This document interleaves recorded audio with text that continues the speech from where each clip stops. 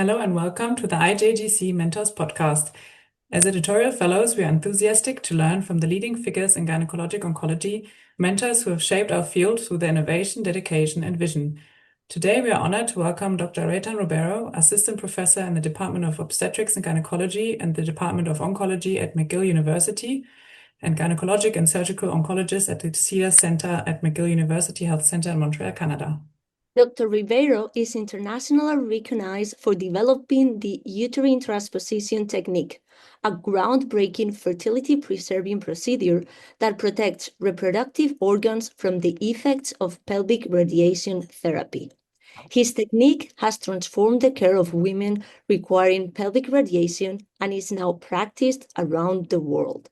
Beyond surgical innovation, Dr. Ribeiro has played an active role in landmark clinical trials, and his leadership in surgical education and mentorship is inspiring surgeons globally. Among his many distinctions are the National Medical Treatment Innovation Award and honorable mention from the Chamber of Deputies of Paraná, Brazil, and the Best Video Award from the Society of Gynecologic Oncology, ESGO. With us today are Masha from Germany, Paula from Spain, Carlota, Matteo, and Tommaso from Italy, Matilde from France, Joanny from Canada, Mo from the US, Itziar from Spain, and I am Saniro from Mexico. Dr. Ribeiro, it is a truly privilege to have you with us. Welcome to the IJGC Mentor Podcast. And starting the next question, and the first one is from Masha Pervan from the University Hospital Münster, Germany. Thank you so much for taking the time. Dr. Ribeiro, you started your career in Brazil as a surgical oncologist before specializing in gynecologic oncology. Why did you choose this specialty? What moment or experience influenced your choice? So hi everyone. So it's such a pleasure to join you and discuss something about career and decisions you make through life. And this is, I guess, I was always very flexible when I take decisions because I'm not very attached to anything. So this is I would say, why I'm saying that, because even med school, I wasn't the kid with the stethoscope. So I was the kid playing with physics and mathematics. And I was, when I decided to go to med school, it was because I didn't understand much. You don't understand much when you are 16, 18, you just don't know. So I went through medical school because I felt excited about the field and learning new things and all that, but I wasn't the guy with the stethoscope. And I also passed one of the most famous engineering schools in Brazil too. So I could go two complete ways. And then during med school, I was very excited about pretty much everything, I would say. But surgery was always like the thing that I loved the most. So that's why I decided to go through surgery. And then because in Brazil you do general surgery and then you go through a specialty. And I passed in plastic surgery and surgical oncology, which are like opposites in Brazil, because plastic surgery in Brazil is not about reconstruction. It's about like cosmetic surgery, right? So those are two very different ways. And then I decided not to go through plastic surgery because I want to treat sick patients, not healthy patients. It's very annoying to treat healthy patients, to be honest. So I remember the clinics of like plastic surgery. They were like, I just felt like this is so, not the thing that I want to do for the rest of my life. And then I went to surgical oncology because it was, all the challenges and all the treating sick patients. You can feel like in a daily basis, you have this reward of treating sick patients. And actually, I was looking for hepatobiliary surgery. I wasn't interested in gyne-onc itself, but during surgical oncology in Brazil, you are trained in gyne-onc. And I was also very excited about minimally invasive surgery. And back then, I was starting doing MIS by 2000 something. And I got this proposal to stay on the department in gyne-onc. However, I would need to do gyne-onc training. And then I felt, and it was probably one of the most important things to take the decision was one of my mentors.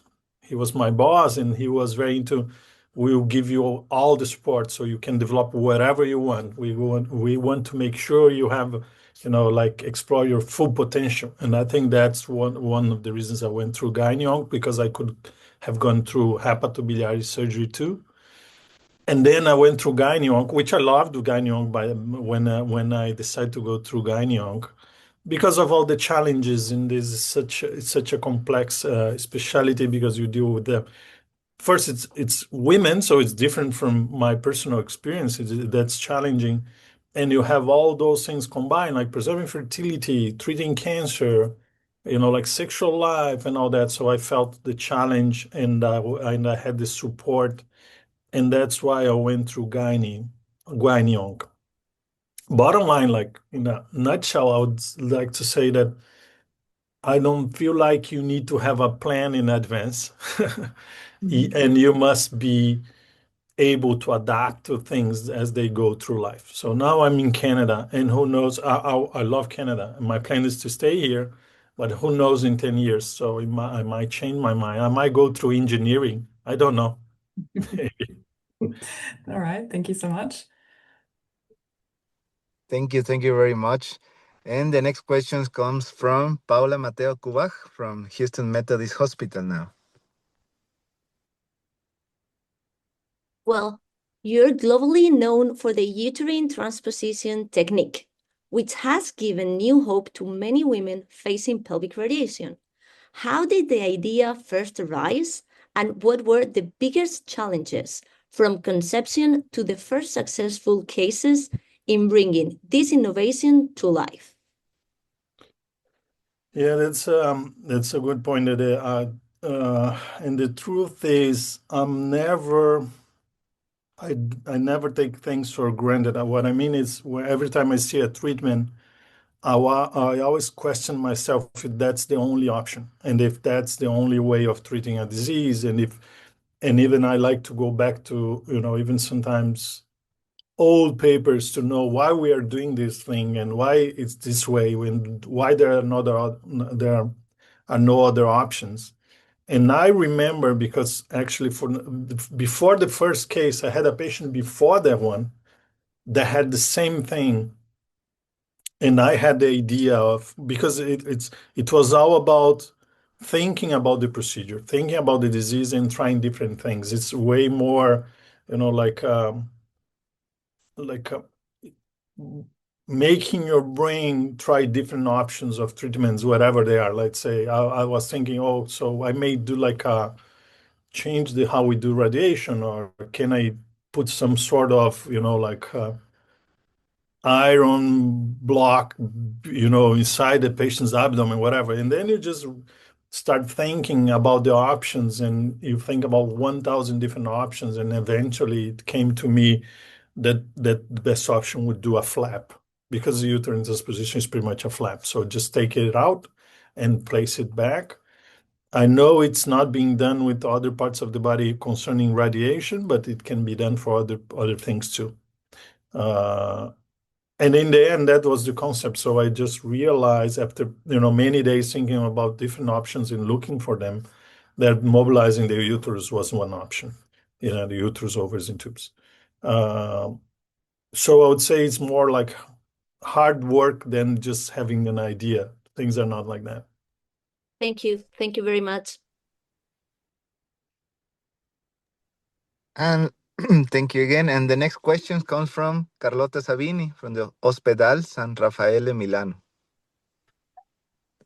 Hi, yes, thank you very much. As a pioneer in fertility preserving technique like uterine transposition, what inspired you to pursue such innovative and challenging approaches, and how did you navigate uncertainty early on? What were key lessons for you? Yeah, so that's there's always some personal experience involved with those things, because since early in life, even for myself, I wanted to have kids. So for me, this was a major thing, right? And I think for most of people having a family or having kids or whatever, doesn't matter how you call it, it's very important. Let's say so for most of the people, sometimes it's their own goal in life. It's like main purpose is having kids and having uh, and as an oncologist, I was very surprised because most of the time as oncologists we don't discuss fertility preservation with the patients. Uh, However, then you lose, sometimes they lose the main purpose in life they have just because you didn't take the time to have this sort of discussion. And I used to suffer a lot. Every time I saw a patient that was going to lose their fertility, that was tough to me because it was important to me too. So I would just, connect with the person. And for this particular patient, I remember because I was like the third surgeon she was seeing because she didn't want to have radiation. And nobody was willing to discuss with her the options, which even might be just doing the surgery and avoid radiation. Even that you need to discuss with the patient. But anyways, and I remember this patient because when she came with her family, and the father and the mother was just like she was seated and they were behind her, just holding her hand, and like there's this family spirit during the appointment. And it became to me very clear that that was a major thing for that family. She was the only child, like so this like the end of their family, I'd say.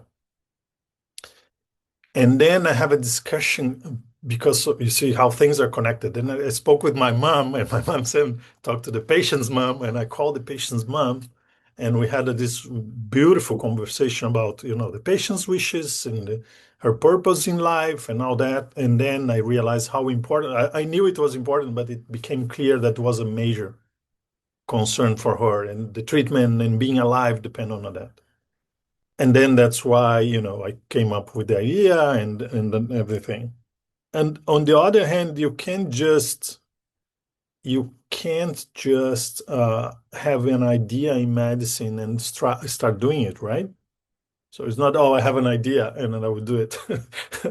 That's not how things work. So you want to make sure, and I knew it from previous conferences and publications and things that we are doing, that it needed to be scientifically validated and accepted by the community, because otherwise that would be just a Brazilian crazy guy trying something, just out of his mind, and that wouldn't be good because if I did like that, the procedure would die with me.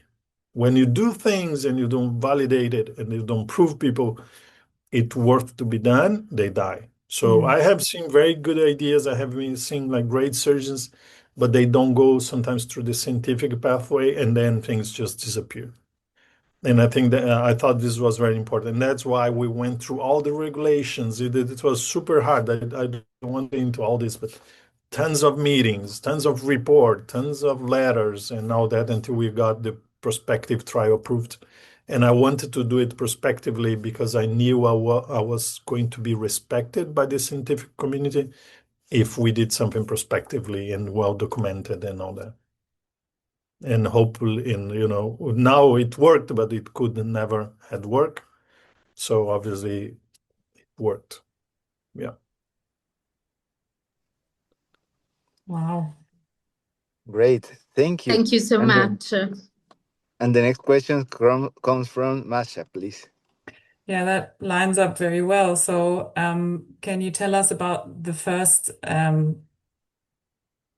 discussion with the patient you had that underwent this procedure for the first time? Yes, yeah. So yeah, I jumped ahead the questions.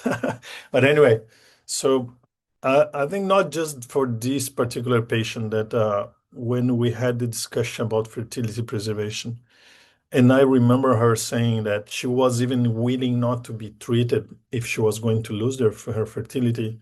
And mm, as I'm older now, I can tell you that I have seen through life, I would say probably around 10 to 15 patients that decided not to be treated just because they wanted to preserve fertility. And I have seen a few of them dying from cancer without treatment at all, just because they wanted to preserve fertility.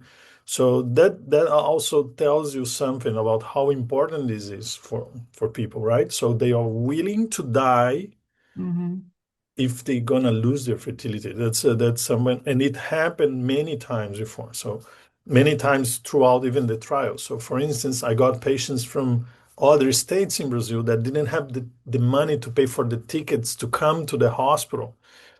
So, and they got the money to come to the hospital, like sometimes travel for like 2 days in a bus to get the hospital to have the surgery done.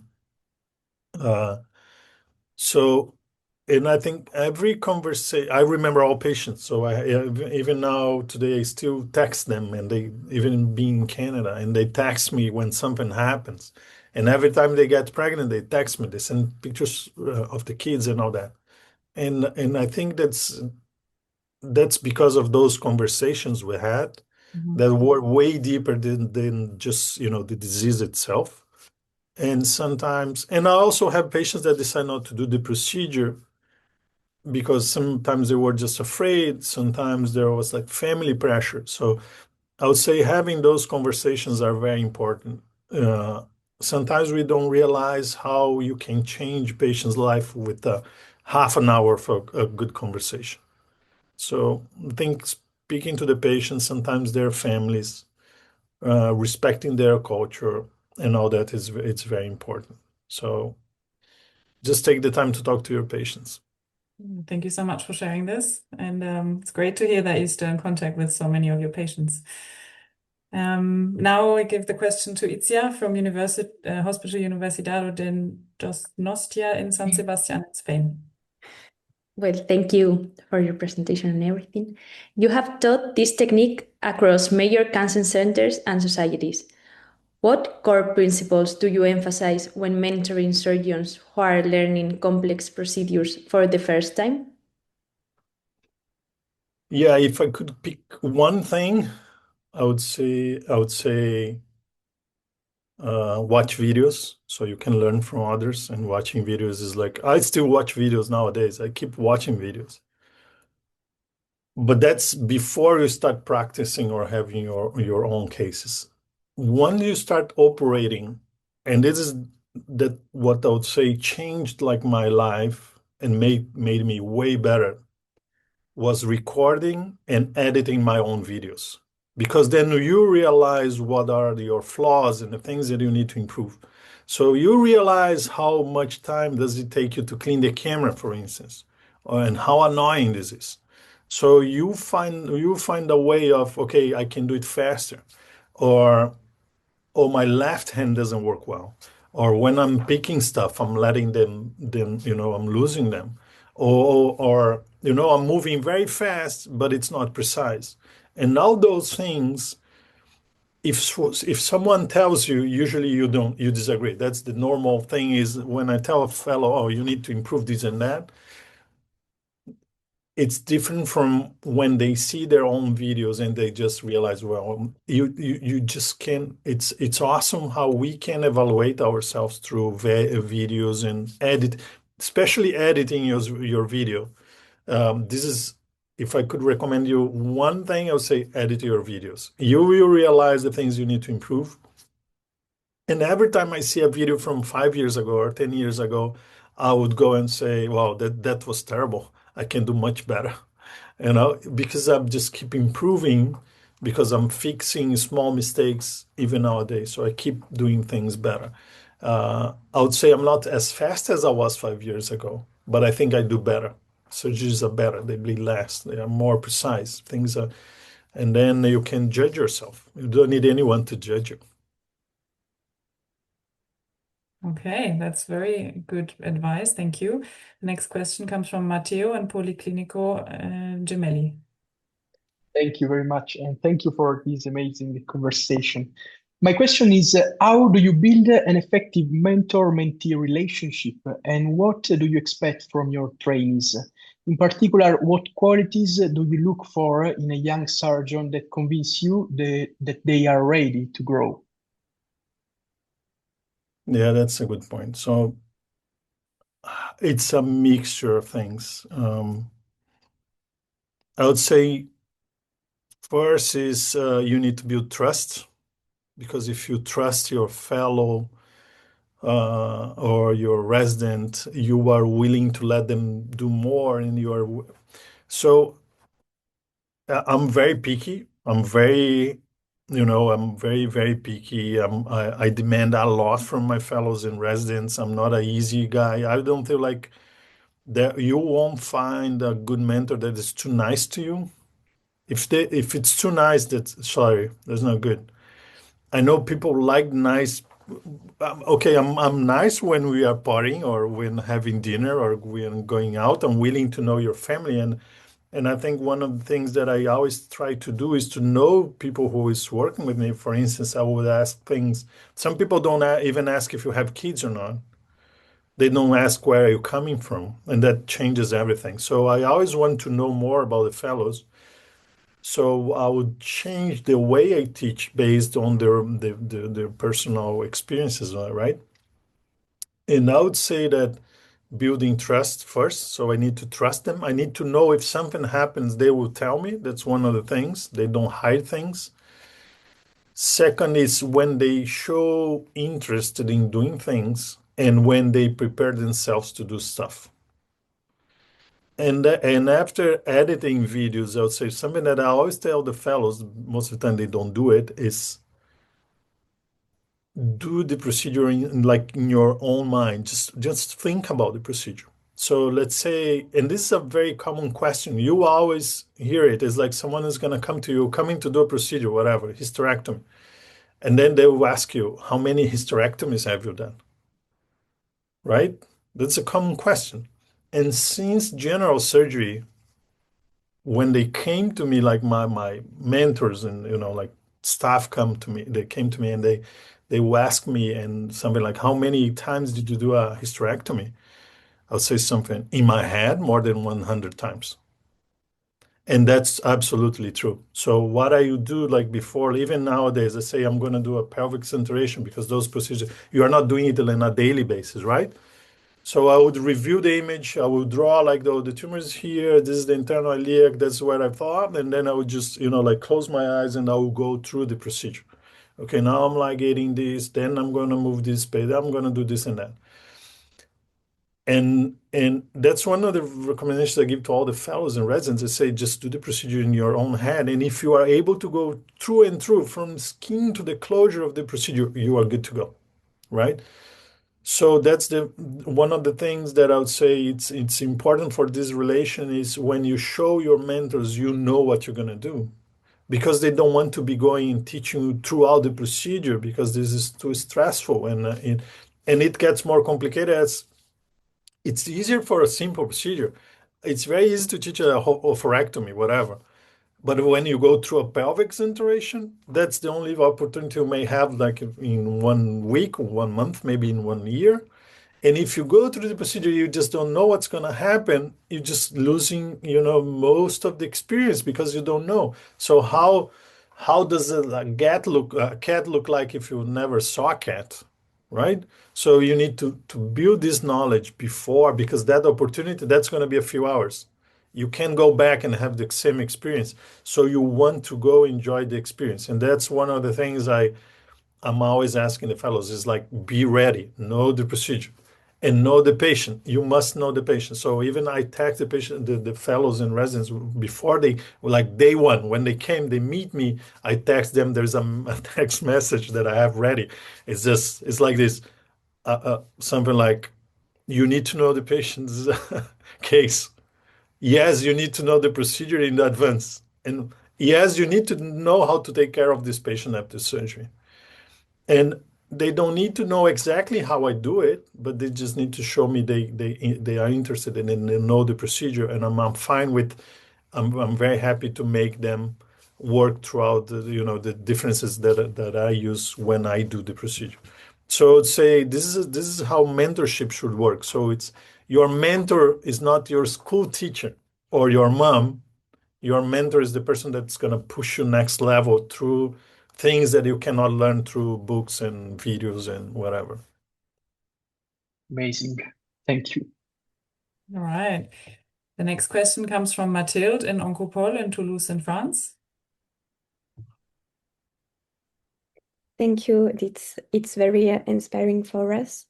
With the rise of virtual training, live surgeries, and AI-based simulators, what are your thoughts on the future of surgical education? What are the opportunities you see? And will mentorship change with new technology? And how can we also preserve a personal relationship in this process? Yeah, so yeah, things will change, that's for sure.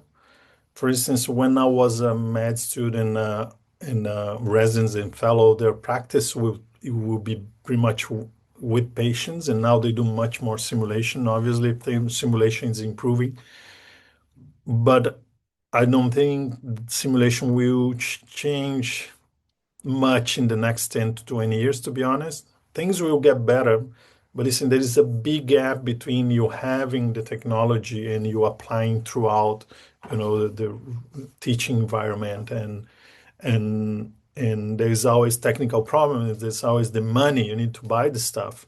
And it's been 20 years I see simulators and all that. And in the end, like black boxes, that the box with the instruments still the best way of learning things and skills, but obviously you can learn procedure steps through simulation. However, simulation is still way behind the minimum requirement to really help you. I would say I've been seeing hysterectomy simulations and all myomectomies and all that, and even more advanced procedures, but they don't really give you the expertise, and you learn how to cheat the machine, right? Because you learn how to do it faster, and then you do the hysterectomy in a simulator in 5 minutes. Doesn't make much sense, right? But it's also good for the teaching. But it won't, I would say, in the next 10 years, trust me, that's not going to change much the way how we teach, because, all this gap between the technology being developed and being applied like horizontally, like to everyone and all that. Some countries, they still don't have laparoscopy.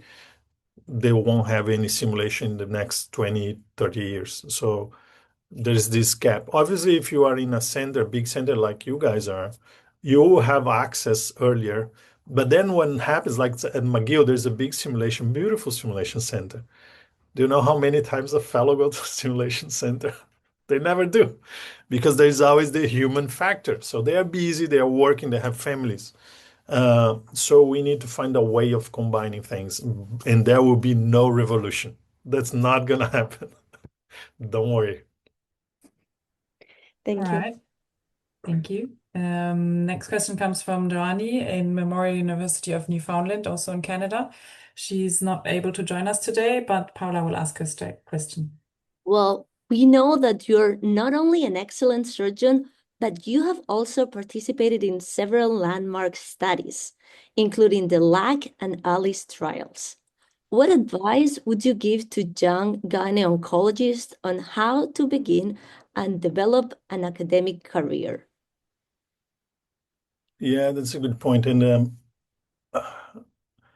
I really enjoyed having an academic career. I'm in Canada now because I want to go, more scientifically and go deeper in this. The best way to start is meeting people, going to conferences, and start presenting, especially in surgery. Just present videos. Just take your videos. Just do some editing, and just go out. Just start sending videos, and you see, and you start meeting people that have things in common. And as you guys are now, we are having this meeting. That's not by chance that I'm seeing you. I'm 100% convinced that in 10 years, you guys will be like the guys helping gyne-onc across the board. Because if you are here, it means you have something different from most of the gyne-onc trainees, right? Because you guys could be at home, I don't know, home or whatever.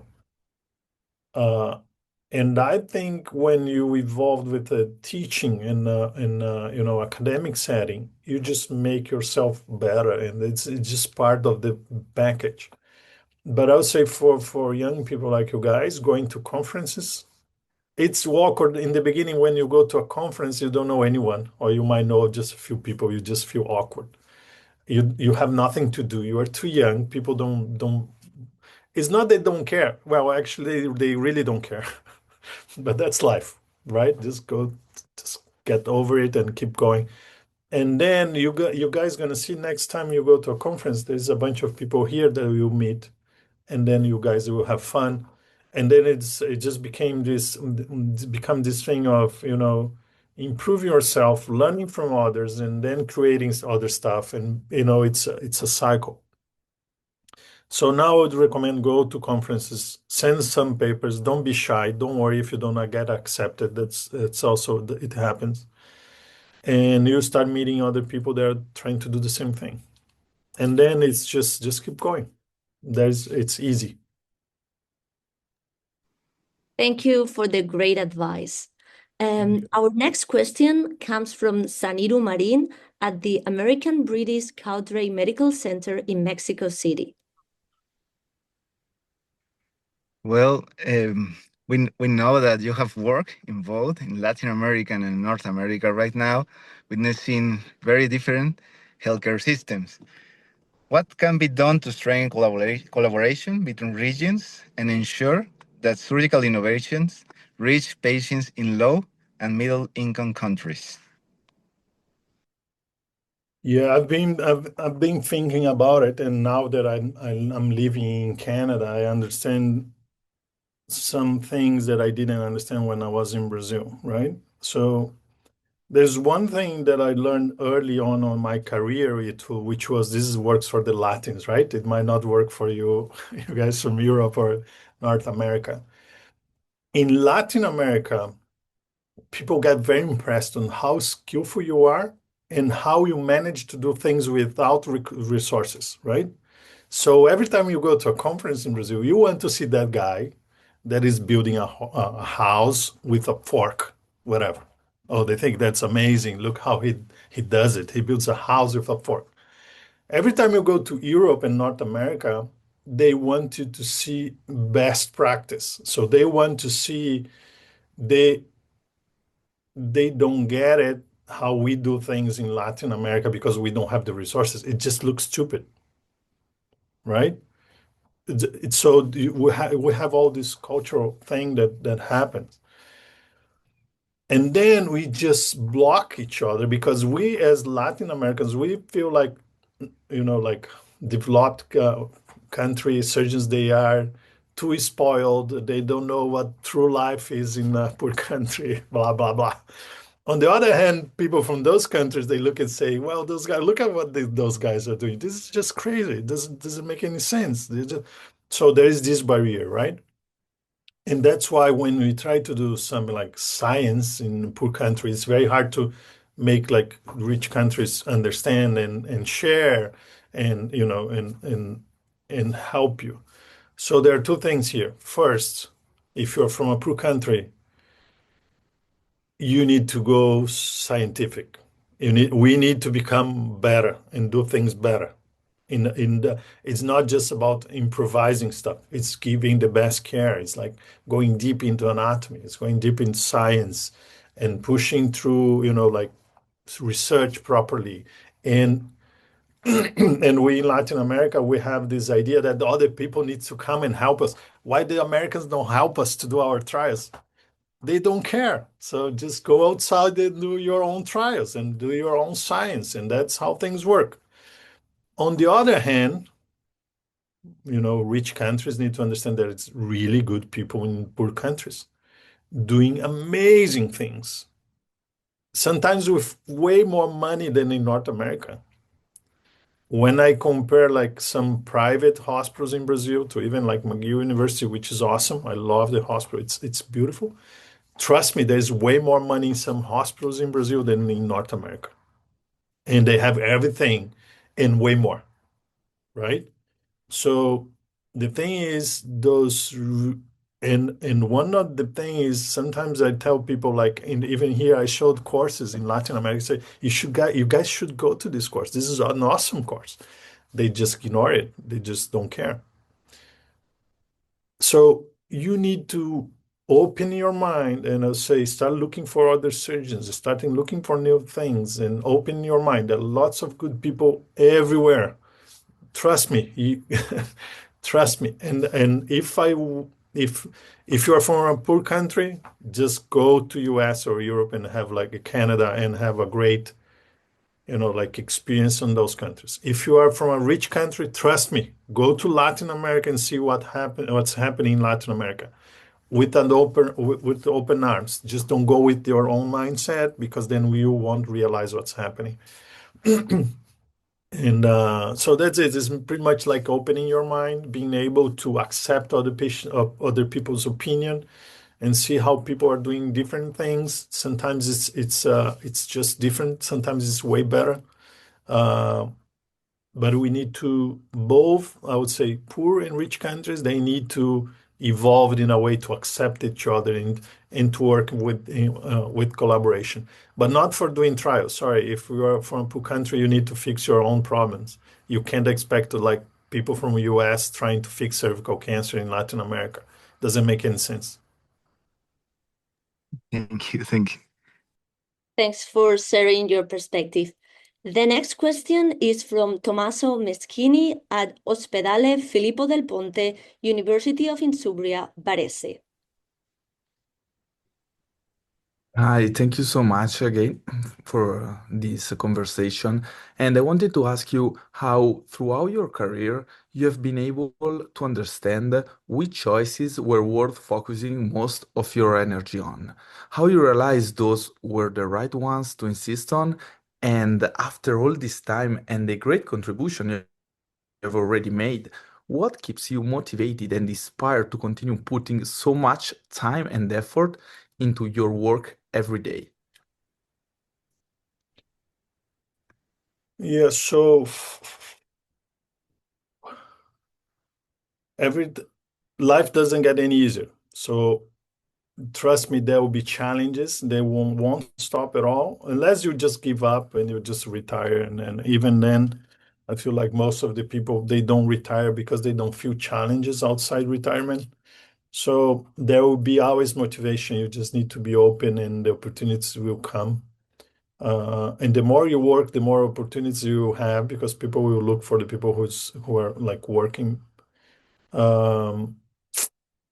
And also taking in this decision on where you're gonna put your effort. That's hard when you are in the beginning of your career, because we are trained to say yes to everything, and pretty much yes to anything that is coming from our bosses and whatever seniors. But as you go through your career, you will learn to say no. And that's probably knowing to what I should say no. It's very important, because you need to have the time to do different things and to choose. You just can't. So one of the best advices I got throughout my career was from one of my bosses in Brazil. Boss in Brazil. He told me, because I started doing, when in the beginning I started doing on calls in hospitals, right? And I was doing so many on calls. And he said, if you just do on calls, you have no clinic, you have no private practice, because you're always on call. And then you're going to get the money from the on call, and then you get used to this money. And then you cannot stop doing on calls because you need the money that you're getting from on calls. And then you never do your clinic. So I stepped back. I did, like, my income decreased by half, let's say. And I just put my effort in my clinic. So, and then it took me like 1 year. So when you start your practice in Brazil, you just go to a clinic, there's no patients, and you are paying for that office, but there's no patients. So I remember I would say for 3 years, it was very common to go to my office and there were no patients. Zero patients, like not one or two. There was like zero. And I was pretty much getting the money, helping other surgeons. So say sometimes you need to make a hard choice and think about the long term. And that's going to work different in every country, because practicing in Brazil, it's different from Mexico, that is different from Chile, that's different from Italy, Germany, whatever. like in Canada, it's so easy. I'm sorry for the Canadians, but it's so easy. You just open your office, there's tons of patients waiting to be seen. But in other countries, it will be different. You need to figure it out, and you need to think about. And usually, it's obvious. It's obvious. If I don't have a clinic, I can have private practice in Brazil, and I will never have my patients. So it's kind of obvious. You need to take the time to do your clinic. And so I would say every country will be different. Just think where you want to be in 5 years and take the decisions and start now. Let's say if I want to become a professor in a university, okay, then I need to publish, then take the time to do, to publish, to do studies and all that. If you want to have a big practice, clinical practice, whatever, you might need to become a professor, or you might just need to open a clinic. Oh, I need to visit many colleagues so they remember they can refer me the patients. Then just make a 5 years plan and say, well, what do I need to go? What do I need to do to achieve this? Do I need to have an Instagram account? Whatever. Do whatever you feel like it's going to be necessary, and do not hesitate on doing it. That's what I would recommend you guys. And learn how to say no. Sometimes you need to say no, especially for those annoying colleagues that keep asking you stuff. They don't help you. And when you ask something to them, they don't help you. So if there is one person that's have been asked you like 3 times to do some different stuff, and the time you ask them something, they don't do it, it's done. Just move forward and find someone else to be your partner or help you with this stuff. Thank you. Thank you very much. Our next question comes from Mo at Memorial Sloan Kettering Cancer Center in New York, USA. Hi, thank you so much. This has been amazing, and we really appreciate your candor. I think we're really enjoying learning from you. Looking back on your career so far, do you wish you had done anything differently? And can you think of anything that you've done unintentionally that ended up having a big positive impact on your career? Well, I would have done so many things in a different way. That's for sure. Not that I'm not happy or with the outcome, but once you know how things did, you would say, "Oh, I can go back and do it a different way." So I just feel like when people say, "Oh no, I wouldn't have done anything different," it's this is just it doesn't make sense. I would do much better. Because in the end, it's just you watching yourself go through life, right? So why would I say I don't feel like I could have done something better?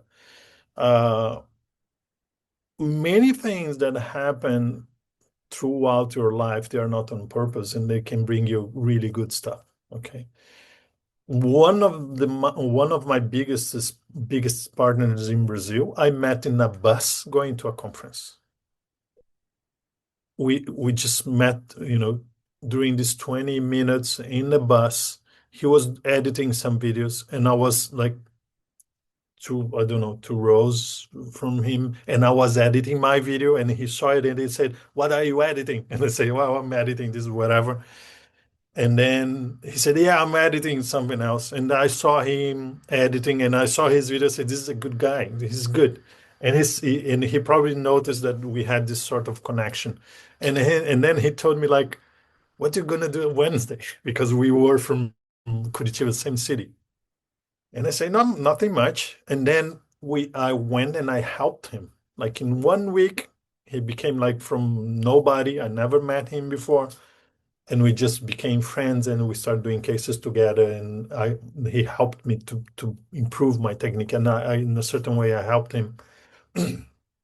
And I would say going to conferences is one of those opportunities of random things happening, and you finding out people that will help you, and doing different stuff. And that's one of the things that I remember. It's changed my life meeting this person.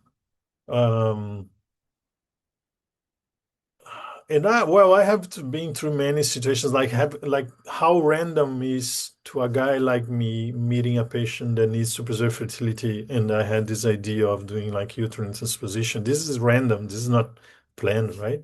I wasn't thinking about oh, and if there is a patient with pelvic radiation, what I'm gonna do, and then she shows up. It's not like that. It's just random. And how random is this that I'm in Canada now because someone saw one of my presentations, and then, like maybe in the few weeks apart, someone called, and there was this need for a guy doing things I was doing to come to Montreal. And so I would say you cannot control most of your life. Lots of random things will happen, and then hopefully they will be good. Sometimes they're not good at all, but that's life. And then depends on how also you take those opportunities. So if you see an opportunity, just go for it. Sometimes it's just random. It's not planned. Thank you. And finally, our last question from Saniru Martin. Well, from your perspective, how do surgical innovation and clinical research intersect, and what do you believe is the major next question our field needs to answer? Yeah, so nowadays, most of the innovation is coming, industry, it's the big driver because that's where the money is. So, and that's why sometimes I go to gyne conferences. There is nothing much about surgery. But I really think that one of the reasons there's not much about surgery is because surgeons believe they know everything. And that's one of the problems. So we think we know everything about surgery, but I still believe there are lots of things to be improved through in surgery. Because 20 years ago there was almost no neuropreservation. Like since the Japanese papers about uh, uh, hypogastric preservation, whatever. And then now we have neuropelviology. And I think now what we need to do is combine those technologies with the surgery itself, which means we need to look for markers for nerves. For instance, while doing surgery, you can see nerves because now we can see lymph nodes. So we can use ICG and we can see lymph nodes. Why can't we see nerves? Or why can't we see blood vessels? And I think what's going to happen is with AI and technology, those things will become clear, like nerves and vascular. So because also AI to perform the surgeries itself, the computer will need this sort of information, like combining, like things that we do as a humans with things that we cannot do as a human, let's say, look through tissue. So I'll say that's going to be one part of the evolution during surgery. It's going to be like machines showing us what's like through the tissue. And then it's going to change the way how we operate because we need to change the techniques because now we realize there are nerves in this or things elsewhere. Another thing that I think our knowledge of anatomy is still improving over time. We think we know everything. We think we know, trust me, there is this microanatomy that we learned from laparoscopy that it's so predictable, so it's very consistent, which means every time I do surgery, I see small vessels in things that are not written in books. I think that's we're gonna go towards like a very precise anatomical descriptions and all that. That's gonna happen. We still do lots of random dissection. I see most of the surgeons doing random dissections, like trying to, and that's one of the things that I tell my fellows is like you don't try to find the ureter, you know where it is because it's always in the same place. You just don't know the anatomy. You don't understand how the tissues, related to each other and all that. So I think we will improve our anatomical, the way how we see anatomy, I'm quite sure. And we're gonna get those innovations that are coming with the technology itself. And then I think things will get better, even better. And still we have all those other areas of like anesthesia is getting better, like pre-op, post-op care. So yeah, hopefully things will keep getting better and better in different ways. And you cannot predict what's going to happen. And I don't think AI will there will be machines doing surgeries in the next 20 to 30 years, to be honest. Don't worry. That's not going to happen. It's way too far. And once you develop something until it reaches like population level, it takes so many years. That's not going to happen anytime soon. All right. Thank you. Yeah, thank you so much. I think we all have 100 more questions, but we want to be respectful of your time. Dr. Ribeiro, thank you so much for sharing your experience and your knowledge. Your work stands a reminder of innovation and empathy and persistence can transform not only patient outcomes, but the future of our specialty. Thank you so much. On behalf of the International Journal of Gynecological Cancer editorial fellows, we are deeply grateful for your time and inspiration. Thank you so much. This has been the IJGC Mentor Podcast. Thank you for listening. Thank you, guys. Thank you. Thank you.